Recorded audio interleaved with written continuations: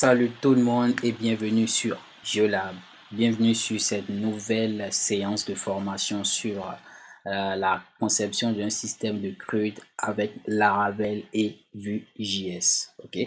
Une petite parenthèse, si c'est pour la première fois que tu accèdes à cette chaîne, je t'inviterai quand même à t'abonner ainsi qu'à activer la cloche de notification pour être informé de toutes les nouvelles actualités, de toutes les nouvelles sorties que j'aurai à poster au niveau de cette chaîne. Ok, si tu n'es pas au courant, ici on parle de nouvelles technologies, de la programmation de manière générale et des retours d'expérience. Ok, alors c'est parti.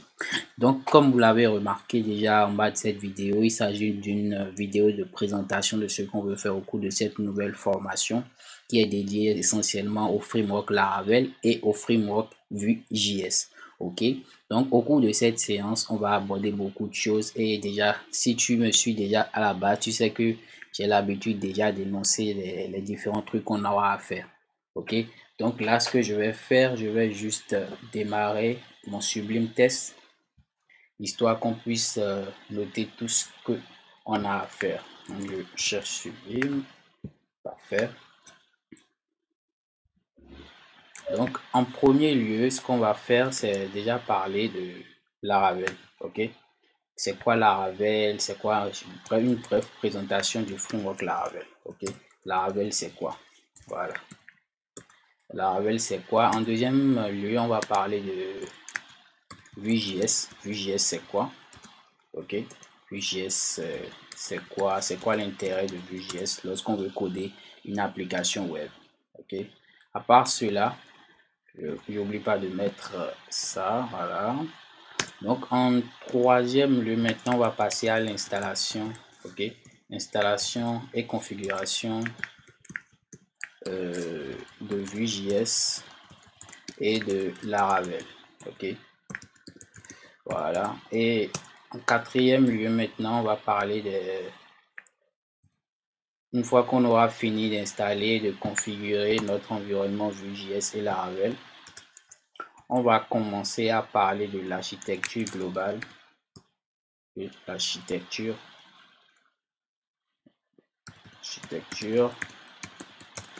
globale d'un projet Laravel. Bien vrai que je l'ai déjà abordé au niveau d'une ancienne tuto que j'ai fait déjà, je pense, il y a assez longtemps. Actuellement, on est à Laravel 7. Donc, il y a plusieurs mises à jour, plusieurs modules qui ont été ajoutés, plusieurs petites subtilités qui ont été quand même ajoutées à ce framework-là. Donc, au niveau de Vue.js aussi, on va parler de l'architecture globale. Ok, architecture globale d'un projet Laravel et Vue.js. Ok. Maintenant, en cinquième lieu, on va commencer maintenant notre TP. On va commencer un TP là-dessus automatiquement, histoire de pratiquer. Donc, commencer un TP, comme vous le savez, commencer le système d'authentification. Donc, ici, le système de CRUD. Okay. CRUD. Donc, je mets ça ici. Commencer le système de CRUD. Ok. Pour ceux qui ne savent pas ce que je mets dans CRUD, c'est le create, update. Ok. Create, update. J'ai oublié d'avoir le read. Create, read, update et delete. Voilà. Donc en réalité, ces quatre fonctionnalités, c'est les fonctionnalités de base d'un site. C'est-à-dire que lorsque vous voulez réaliser un site dynamique, les fonctionnalités de base, c'est la possibilité de pouvoir créer quelque chose, de pouvoir lire une information, de pouvoir modifier et de supprimer. Donc ça, c'est les fonctionnalités de base. Maintenant, on va apprendre à le faire avec le framework Laravel et Vue.js, les deux combinés. Ok. Donc en cinquième lieu déjà, on va créer un contrôleur et faire toutes les configurations à l'intérieur. Donc ici, faire toutes les configurations. Hop. Maintenant, au niveau du 6, de la partie 6, on va créer nos différents components. Ok, si vous avez déjà suivi la formation par rapport à Angular que je viens de finir, vous saurez exactement ce que je mets dans component. Ok, Vue.js aussi, c'est la même architecture. Donc, au niveau de Vue.js, nous allons créer nos components. Ok, donc je mets création de components. Donc ici on aura besoin d'un component, home component. Je mets ça déjà automatiquement. Home component, edit component. Il y aura ici read component, edit component.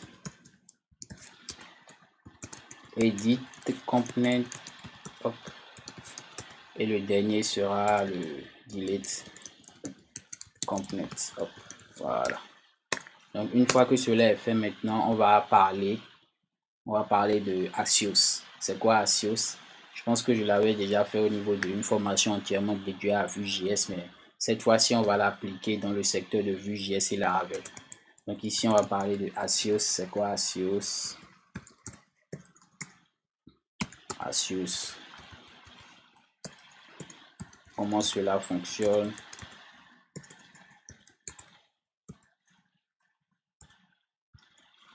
Hop, voilà. Comment cela fonctionne. Voilà. En septième lieu, comme vous remarquez, maintenant on va parler de comment faire des requêtes, parce qu'on aura besoin de pouvoir faire des requêtes directement afin d'afficher les valeurs. Donc comment faire des requêtes. Et en neuvième, maintenant on va parler de tout ce qui a rapport à l'architecture, les opérations qu'on aura à faire, et on va réaliser le TP. Donc je vais mettre ici réalisation du TP, ok, le TP de CRUD. Voilà, super. Donc voilà essentiellement les 9 points qu'on a abordés. Peut-être il y en aura plus, peut-être il y en aura moins, peut-être je vais combiner d'autres. Ce qui est sûr, au fur et à mesure de l'évolution, vous allez voir. Alors on commence directement par le premier point. Laravel c'est quoi? Et on va parler après de Vue.js. Ok, ok. Laravel c'est quoi? Au fait, quand vous dans le domaine de la programmation web, ok, à la base, ok, il y avait du PHP, du HTML, du CSS et tout, ok. Au fur et à mesure de l'évolution de cette technologie, de la conception d'applications web, plusieurs personnes ont réfléchi parce qu'on avait l'habitude déjà de pouvoir coder les mêmes fonctionnalités, ok. Donc des gens ont réfléchi à la création de, en quelque sorte, d'une bibliothèque, ok, d'une librairie qui implémente déjà les fonctionnalités de base, histoire de permettre, ok, aux développeurs de pouvoir réaliser plus facilement des applications sans recoder la même chose. Donc on ne se répète pas, toutes les fonctionnalités sont là, les fonctionnalités de base, ok, et on l'implémente rapidement, au fait. Voilà. Donc, en quelque sorte, tout ce que je viens de dire, ça inclut la notion de framework. Donc, des développeurs ont pensé à créer des frameworks. Donc, des petites bibliothèques qu'on peut utiliser pour pouvoir développer de manière rapide des applications. Ok, Laravel s'inscrit dans ce contexte-là. Ok, Laravel, c'est un framework PHP. Ok, c'est un framework PHP qui permet de concevoir des applications assez rapidement, oui, qui, en fonction de ce que vous faites, qui seront assez rapides. Sinon, il met dans assez rapide, c'est que votre site ne sera pas lent. Ok, donc Laravel a cette particularité-là qui permet de concevoir des applications assez solides. Mais mis à part ça, Laravel inclut la notion de sécurité. Ok, je vais un peu aller au niveau de ça. Donc Laravel, d'ailleurs, c'est un framework qui inclut la notion de sécurité à travers des systèmes de middleware, de tokens. Ok, qu'est-ce que je mets dans middleware si vous n'avez pas encore compris correctement? Middleware, c'est un processus qui nous permet de pouvoir afficher une information à l'utilisateur en fonction de sa position. Qu'est-ce que je mets dans sa position? C'est que est-ce qu'il est authentifié? Est-ce qu'il a droit à faire quelque chose? Donc, si vous créez des middleware, c'est pour pouvoir restreindre les autorisations. Ok, donc déjà par défaut, Laravel inclut le middleware auth. Ok, ce middleware, il est utilisé pour l'authentification, pour mettre en cache en tant qu'invité, ok, c'est-à-dire plusieurs middleware qui nous permettent de pouvoir afficher des informations en fonction du statut de l'utilisateur. Ok, mis à part ça, Laravel inclut la notion de CRCF. CRCF, je viens ici, CRCF, voilà. Donc, qu'est-ce que cela permet de faire? En réalité, c'est pour pouvoir garantir la sécurité des informations. Donc, par défaut, déjà, il le met à l'architecture du projet. Ok, donc ce truc c'est très important parce qu'il nous permet d'une part d'assurer la sécurité de notre formulaire. Supposons que vous avez un système de formulaire et l'utilisateur doit entrer son numéro son RIB de compte en banque. Ok, grâce à ce système et à ce CRCRF, il y aura moins de risque de piratage, moins de risque de réception des informations par les pirates informatiques. Ok, donc Laravel inclut déjà de manière générale cette architecture de sécurité, ok, qui est intégrée déjà avec ce truc de CSRF token là.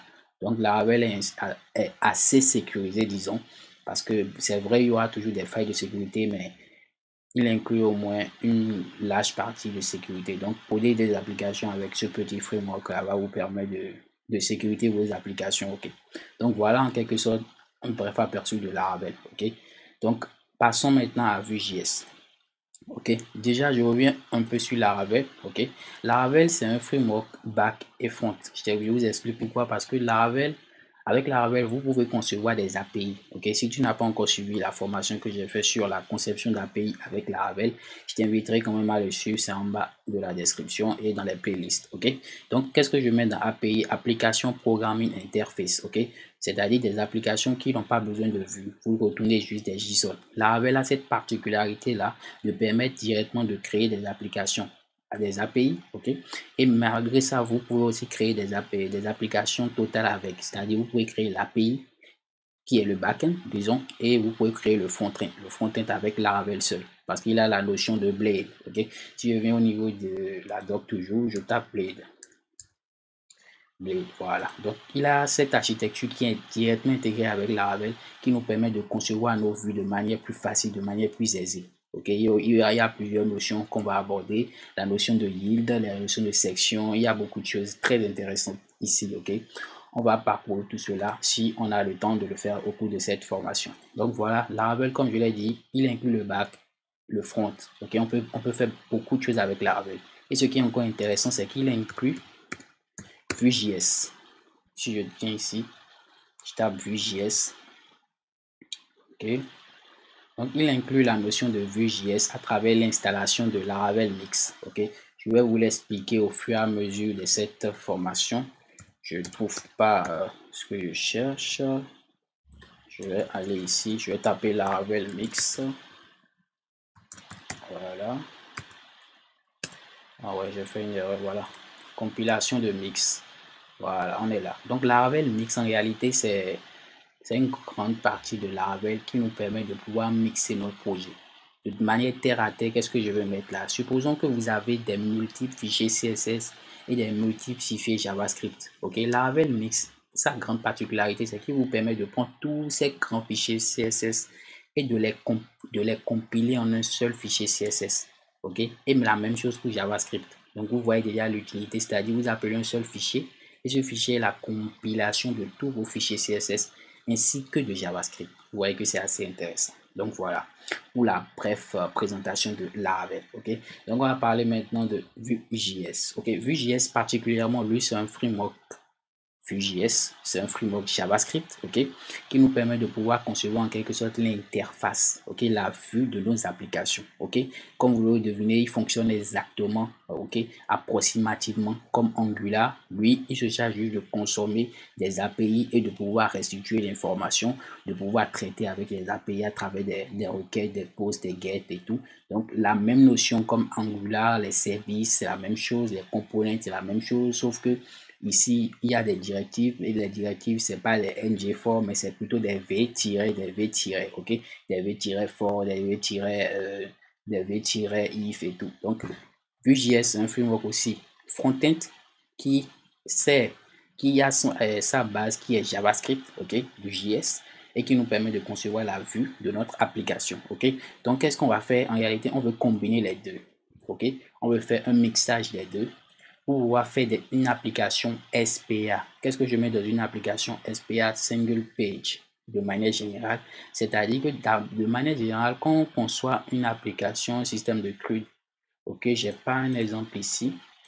Je vais voir si je peux trouver un exemple pour vous montrer un peu ce que je veux dire. Ok, là, je vais voir comment je vais faire. Je vais me rendre par exemple sur un projet personnel et je vais vous montrer ce que je mets dans une application qui n'est pas SPA. Je fais cd log, fais un PHP artisan serve. Voilà. On attend que le serveur démarre pour que je puisse vous montrer cela. Super, c'est démarré. Je viens là. Je fais localhost. Voilà.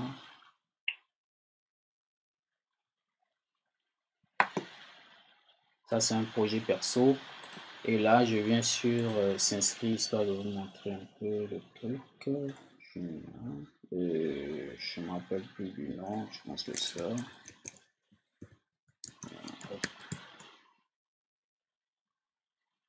Non, je me rappelle plus du nom. Arrive. Ça doit être ça.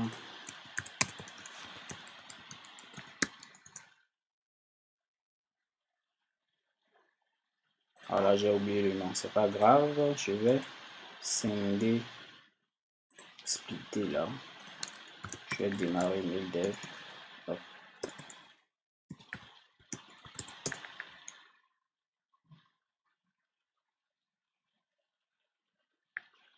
Histoire de m'inscrire pour vous montrer un peu ce que je veux faire. Donc ici, je viens, je m'inscris.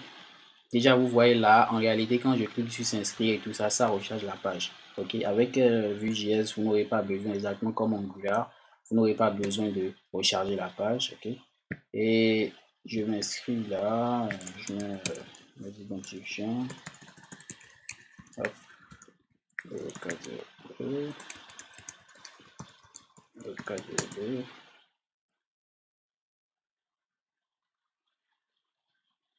Parfait, je vais confirmer mon mail. Démarre en mail dev là.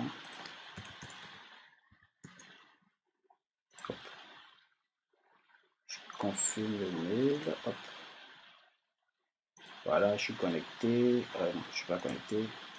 Je me connecte. Hop.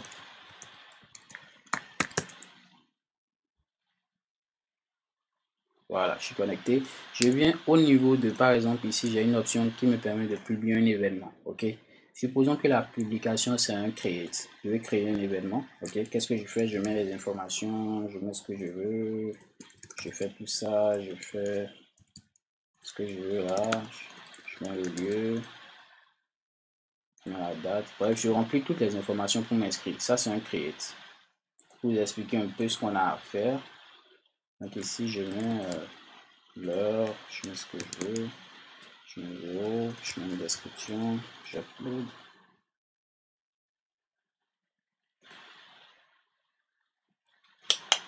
Voilà, et j'enregistre. Donc en réalité, ce que je suis en train de faire là, j'ai créé un événement. Super. Une fois que l'événement est créé, ça c'est le create. Je viens au niveau de la partie gérer mes événements par exemple. Ici, c'est le index, c'est-à-dire une partie qui m'affiche la liste de tous les événements que j'ai à faire. Et maintenant, donc, je vous ai montré la notion de create là, la notion de index, c'est-à-dire afficher la liste de tous les événements. On a la notion de suppression, ok, c'est-à-dire on peut supprimer l'événement, ok. Et on a la notion de modification. Mais qu'est-ce que vous remarquez là, c'est que l'application se recharge au fur et à mesure, ce qui n'est pas intéressant. Ok, avec Angular, avec Laravel et fusionné à Vue.js, on n'aura plus besoin de recharger la page. Je vous explique un peu, c'est-à-dire que l'utilisateur, quand il crée un événement, par exemple dans le cas d'événement, quand il crée l'événement, l'événement s'ajoute en même temps à la file, il voit ça automatiquement sans rechargement de la page. Il peut modifier, quand il modifie automatiquement, ça lui affiche le truc sans rechargement de la page. Quand il supprime, ça le supprime sans tourner, c'est-à-dire des applications single page. Et l'utilisateur sera quand même à l'aise, flexible là-dessus. Ok, donc c'est ce qu'on veut faire au cours de cette formation. Ok, donc première chose, je vais vous montrer pour finir cette petite vidéo de présentation. Je sais qu'elle est assez longue, mais vous voyez que c'est assez intéressant. On va commencer déjà par parler de comment installer Laravel. Et au niveau de la deuxième séance, on va installer Laravel proprement dit. Ok, donc si je viens ici, je viens dans la doc.